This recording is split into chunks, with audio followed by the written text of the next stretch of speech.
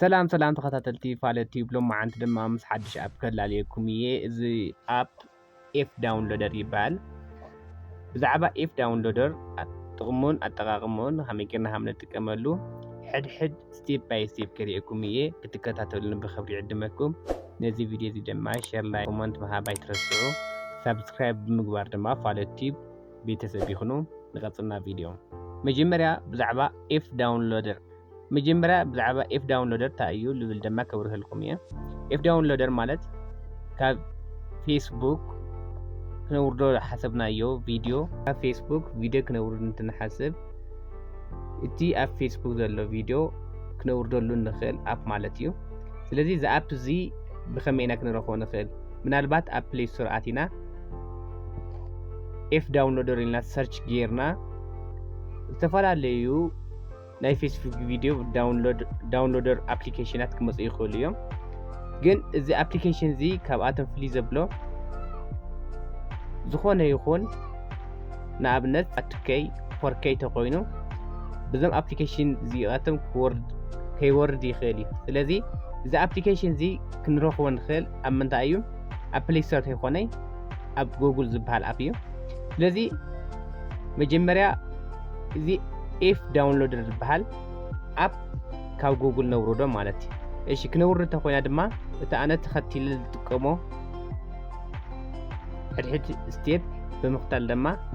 ዲኤፍ ዳውንሎደር ዝበሃል አፕ ክነውርዶ ኢና ማለት እዩ ስለዚ ብሓባር ንቐጽል እሞ መጀመርያ ኣብቲ ጉግል ዝበሃል አፕ ክሊክ ንገብር እሞ ብምቕጻል ኤፍ ዳውንሎደር ኢልና ሰርች ንገብር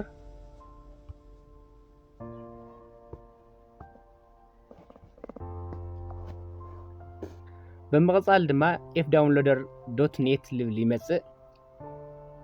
በመቀጻል ድማ ከም ትዘሪኤኩም ዘለኹም fdownloader.net ልብል ይመጽእ ሞ ብዛዕባ fdownloader ሃመ ጌርና ኢና ንጥቀመሉ ልብል ሕድሕድ ስቴፕ ይመጽእ ማለት እዩ ስለዚ ኣብዛ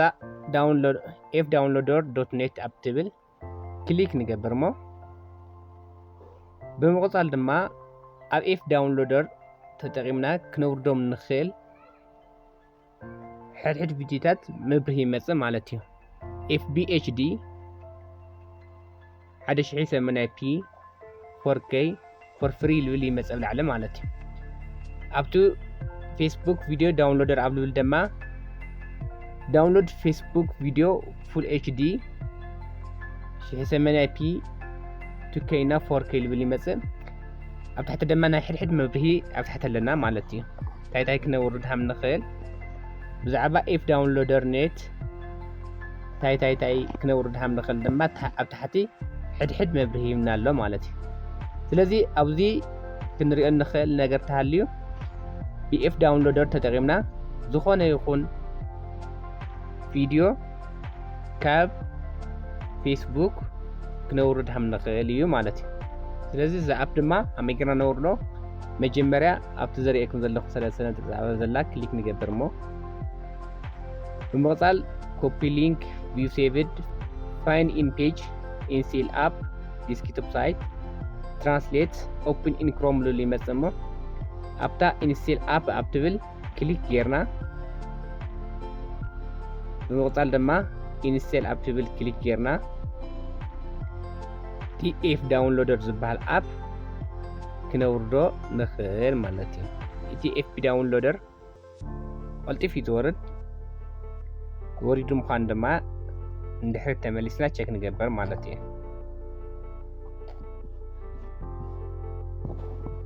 ምስቶም ንጥቀመሎም አፕሊኬሽናት ምህላይና ዘይምህላይ ቼክ ንገበር እሞ ኣብ ታሕቲ ኤፍ ዳውንሎደር ኣብ ልብል መጽእ ኣሎ ማለት እዩ ስለዚ ክሊክ ጌርና ትድህረ ገጽ ከፊቱ ምዃንና ለይ ምዃኑ ቼክ ንገበር ማለት እዩ ክሳብ ሕዚ ኤፍ ዳውንሎደር ከመይ ጌርና ኢና ክነውርዶ ንኽእልና ኣብ ምንታይ ክንረኽቦ ንኽእል ልብል ድማ ርኢኩም እኒኹ ብምቕጻል እቲ ክነውርዶ ዝሓሰብናዮ ቪድዮ ካብ ፌስቡክ ከመይ ጌርና ኢና ናብቲ ኤፍ ዳውንሎደር ዝበሃል አፕ እቲና ዳውንሎድ ክንገብሮ ንኽእል ልብል ድማ ሕድሕድ ስቴፕ ከሪአኩም እየ ነዚ ቪድዮ እዚ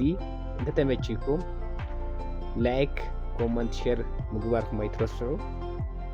ንቀፅል። ንኣብነት ኣነ ካብ ዝጥቀመሉ ናይ ፌስቡክ ኣካውንት ዝኾነ ቪድዮ ተፃዒኑ ረኺበ እዚ ቪድዮ እሱ ተተመችኒ ከመይ ገይረ ከወርዶ ይኽእል ከመይ ገይረ ብኤፍቢ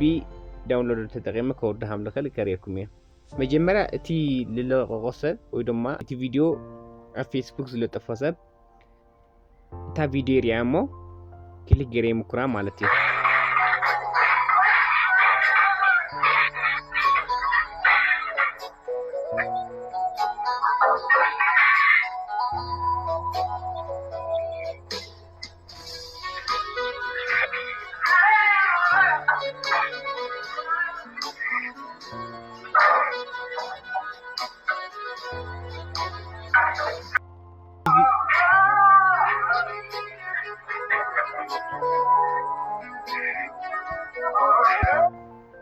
እዚ ቪድዮ እዚ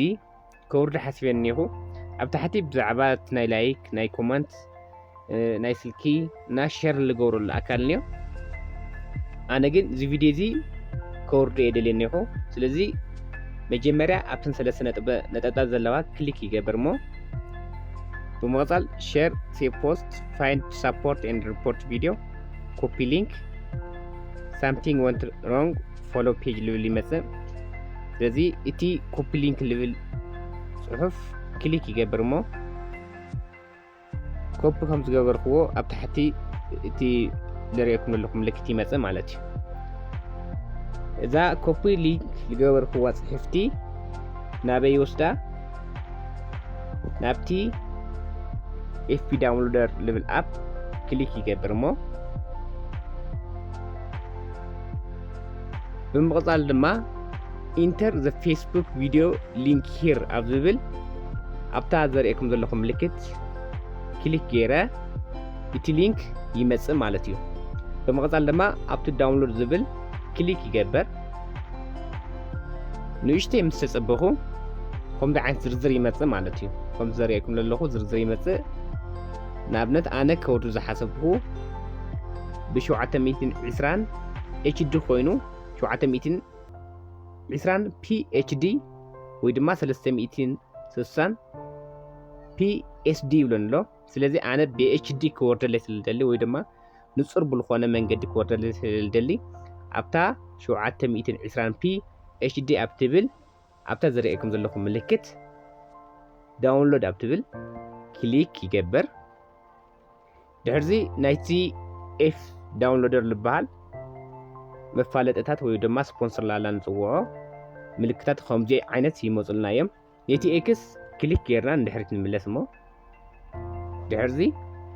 ከምዚ ኢሉ ኣብ ታሕቲ ከምታ ዘርእየኩም ዘለኹ ዳውንሎድ ይገብር ከም ዘሎ የርእየን ኣሎ ማለት እዩ። እቲ ለወርዶ ዘለኹ ቪድዮ ድሕሪ ክንደይ ሰከንድ ክወርድ ከም ዝኽእል የርእየን ኣሎ ማለት እዩ። ስለዚ ብዚ መልክዕ ጌርና ካብ ኤፍቢ ወይ ድማ ፌስቡክ ዝደለናዮ ቪድዮ ክነውርድ ንኽእል ኢና ማለት እዩ። እቲ ዳውንሎድ ዝበልናዮ ቪድዮ ወሪዱ ድዩ ኣይወረደይ ድማ ኣብ ፋይል ኣቲና ቼክ ንገበር። ኣብ ፋይል ኣትየ ብምቕፃል ድማ ኣብቲ ቪድዮ ዝብል ክሊክ ይገበር። ብምቕፃል ድማ እንታይ ኣብ መጀመርያ ዝረኽቦ ክሊክ ብምግባር እቲ ቪድዮ